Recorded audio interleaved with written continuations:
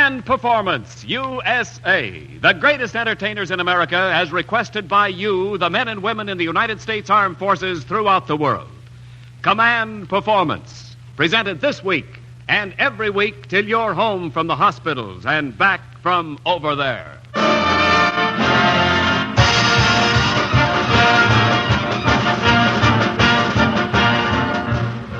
Well, hiya, gang. This is Ken Niles asking you in on another 30-minute flight of fancy known as Command Performance, with the route plotted according to your swell letters, care of Armed Forces Radio, Los Angeles, USA. Well, Private First Class Ed Benson, stationed in Japan, chose our navigator for this trip. She's a versatile charmer indeed. If she were only in the Air Corps, she'd put some ginger into your Rogers. And here she is, Ginger Rogers.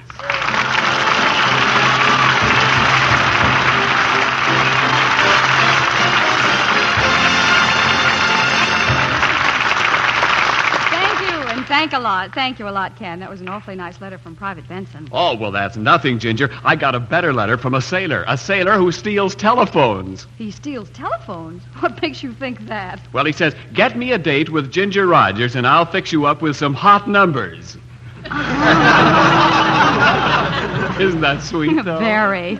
But now, Ken, we have a surprise visitor who really can handle some hot numbers. A songstress who was once a child star. You mean that little tyke who used to sing in movies and on the air? Mm-hmm, it is.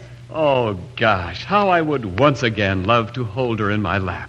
Ken, you don't seem to realize she's a grown-up, luscious, attractive blonde now. Well? Fellas, here she comes. Meet Rosemary. Woohoo, baby!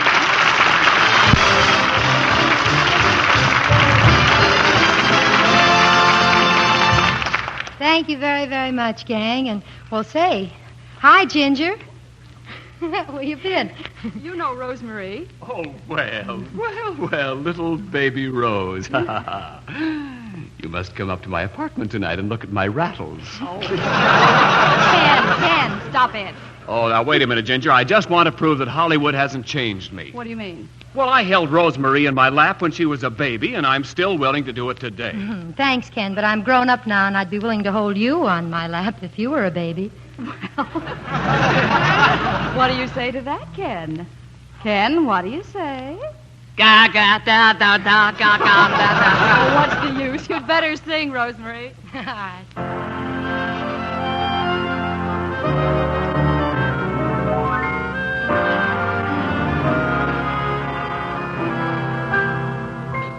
Though my heart goes pitter-patter like the patter when it rains, Mama says it doesn't matter 'cause it's only growing pains.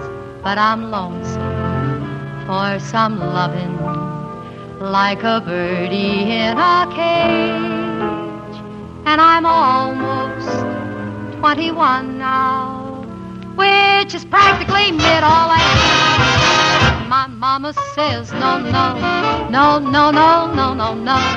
When I want to roll my eyes, mama says it isn't wise, and my mama ought to know.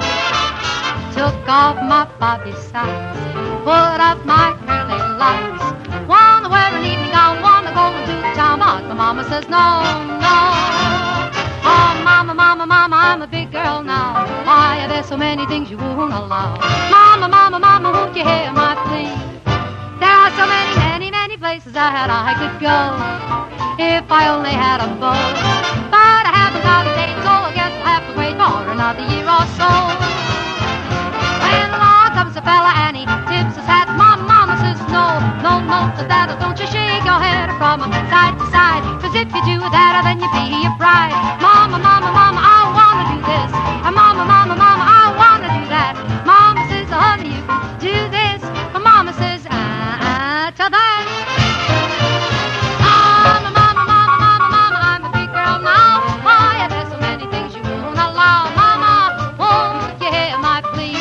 There are so many, many, many places I could go if I only had a beau. But I haven't got a date, so I guess I'll have to wait for another year or so. The moon is hanging low. Why can I go when my mama says no, no, no?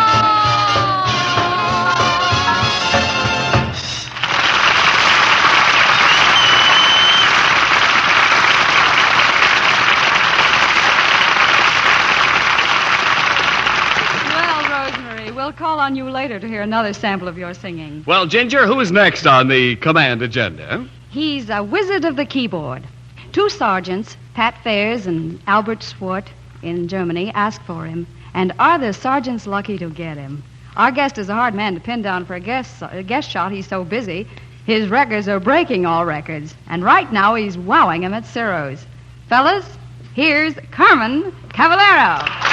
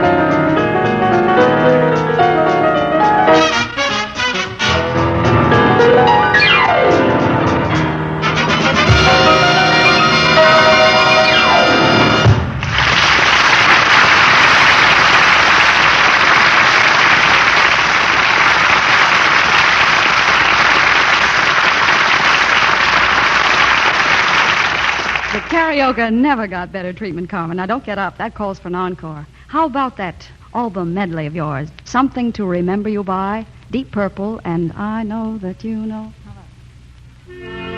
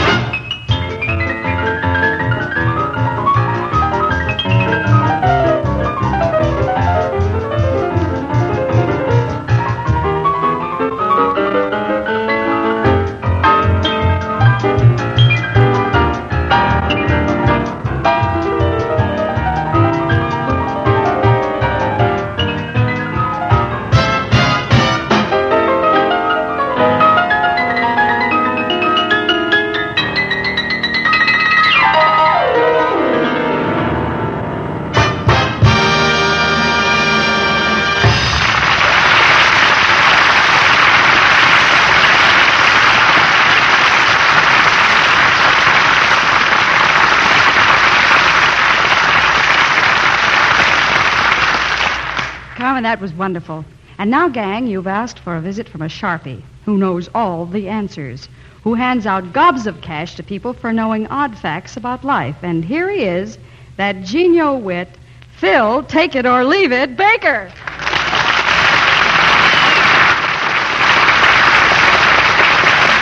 Thank you.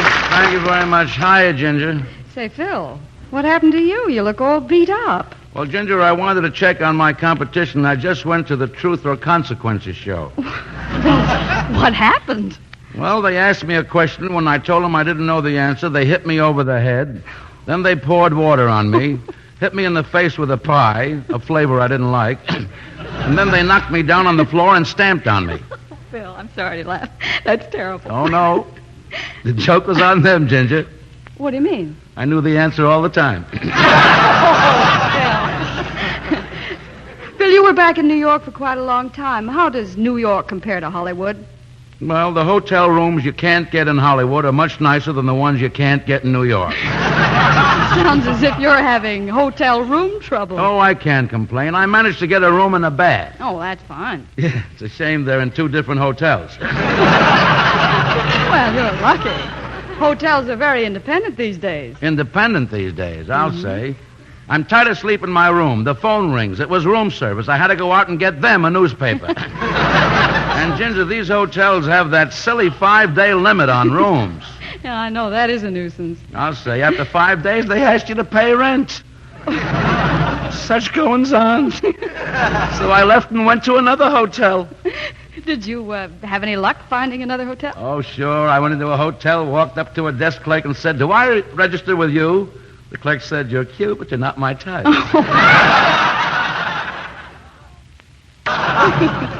Phil, all I can say is that you never should have come out here without having a place to live all lined up. Look, Ginger, when I left New York, I was the owner of a typical Hollywood home, a rambling hillside house. Yeah? Well, what happened? Remember the rain last week? Yeah? The house rambled 2 blocks down the hillside.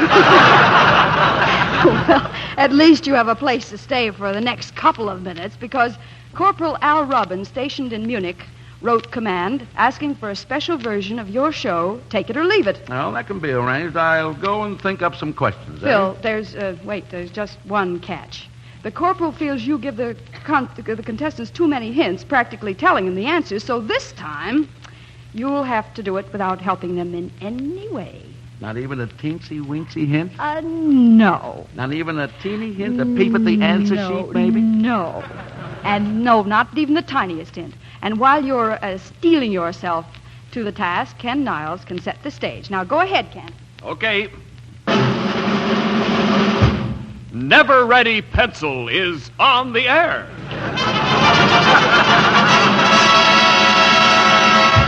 Never Ready. The makers of the only pen that you fill with water and it writes under.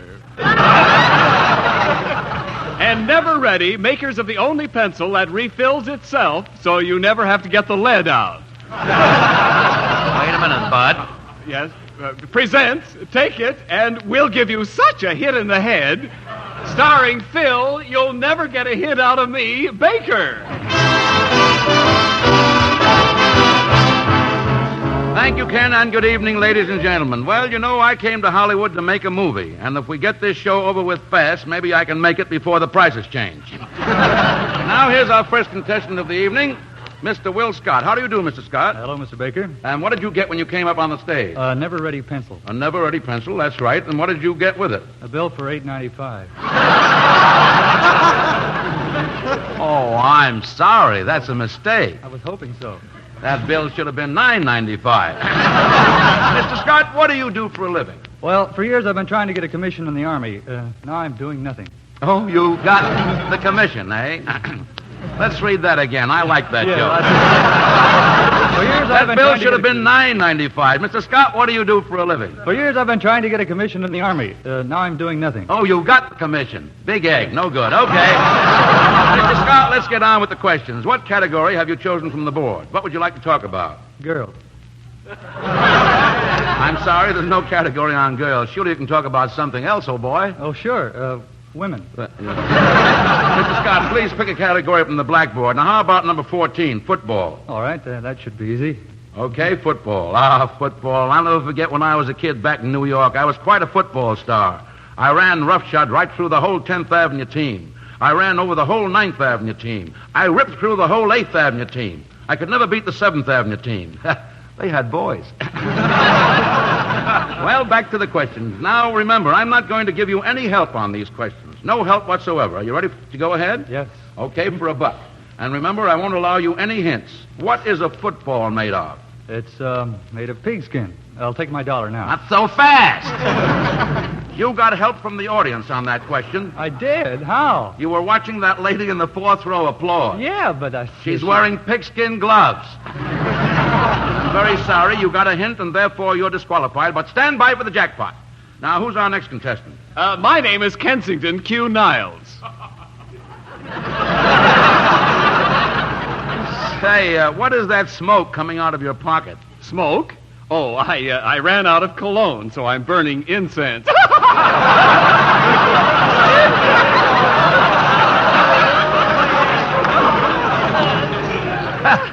What did you think of that incense joke, huh? I think it stinks. Would you please tell the audience what you got when you came up on the stage? A never-ready pencil. A never-ready pencil. Why did you say that twice? It's a repeater.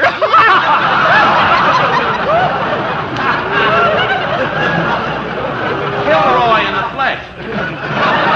Now, what would you like to talk about? Well, I'll take the subject characters from Shakespeare. That's fine. Now, remember, no hints tonight, so be on your guard. For $1, what did Romeo climb up on when he went to make love to Juliet? He climbed up on the balcony. Give me my buck. Oh, I'm sorry. If you hadn't looked up, I might have allowed you to go on. But we have a balcony in this theater, and when you looked up, you couldn't help notice it. So you're disqualified. I'm terribly sorry. Nobody gets a hint tonight, Mr. Niles. Stand by for the jackpot. Say, this is fun. Nobody's going to get any help from me. No, sir. Bring on the next contestant. Nobody's going to walk off with easy money tonight. Hello, big boy. You have $1. Would you like to try for $2?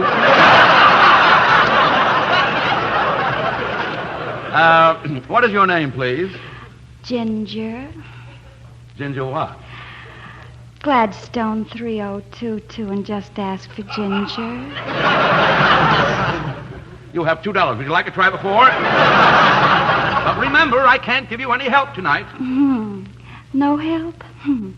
How could poor little me ever get any answers without any help? Well, just try, won't you? For $4, what is a fuzzy widow animal that goes meow? No help. No help, but the initials are C, A, T. Dog. Well, that's close enough. Cats are chased by dogs. The answer is cat. You have $4. Do you want to try for $8? Oh, I'd love to. Who discovered America? Cat? Who wrote this? That's not right. But you said it was the answer, and now you're trying to trick me. Well, I'll give you an alternate question. America was discovered by whom? His first name was Christopher. There's a town called Columbus in Ohio that was named after him. Oh, I know. Good. Tell me. Christopher, Ohio. Well, you have it partially right. For $16, who is known as the father of our country? Bing Crosby. That's close. Well, it's close enough. The father of our country happens to be George Washington. A great historic event took place in 1732. George Washington was born. Now, for $32, can you tell me what historic event took place in 1740? George Washington was 8 years old. Duh, you have $32.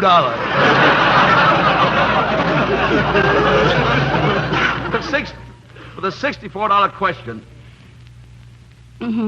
Is what? $64, answer this question. What?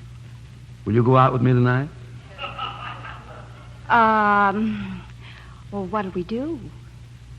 I'm sorry, I can't give you any hints. Bill, you can keep the $64.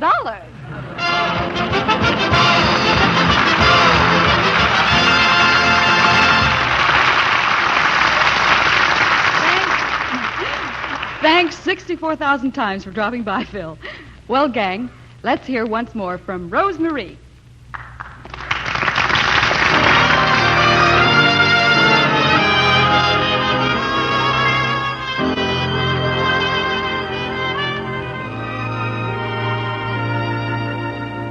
Every girl must have a dream man, someone to love from afar. I have a peaches and cream man who sends me like no other star.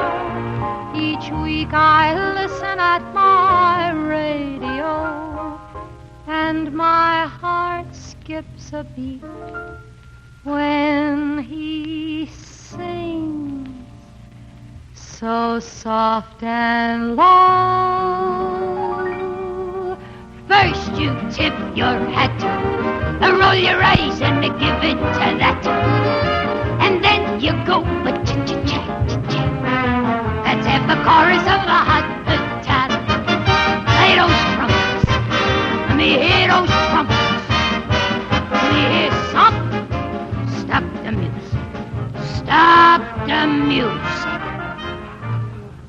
Let me hear those trumpets. That's not a trumpet. That's not a trumpet. That's a trumpet. It's sabotage. Because I'm Jimmy, the well-dressed man. Why, I'm a better man than Dapper Dan. Now you can have your suits for 130. Keep my hot shrapner and marks till it's dirty. Stop the music where you're going, stop the symphony. Let's go back to the year 1926 BS. Before Sinatra. I came uptown to crash Broadway, and I did it the first day. Somebody pushed me through a window. Durante, all washed up for the first time in his life. I defies him. I ups to him and I says, you know darn well I can do without Broadway, but can Broadway do without me? Herald Square, Times Square, stop the music.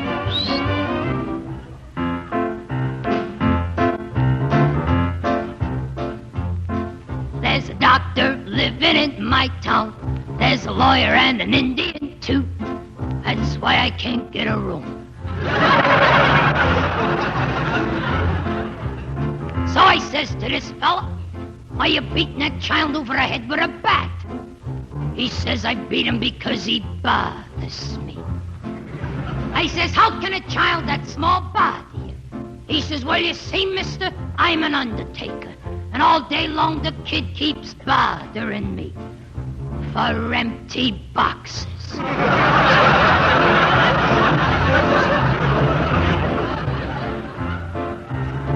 Don't raise the bridge, boys.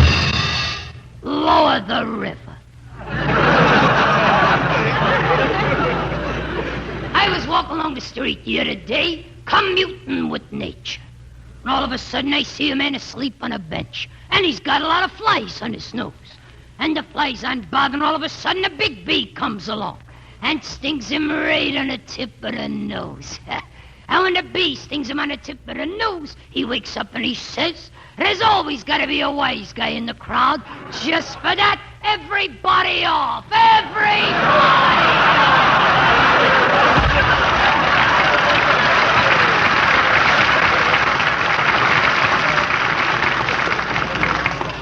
Hit that note, Michelle.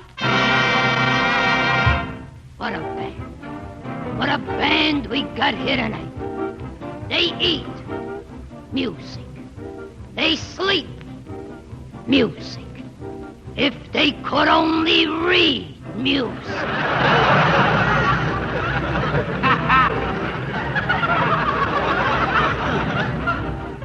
And then again you turn, and again you turn, and again, hombria!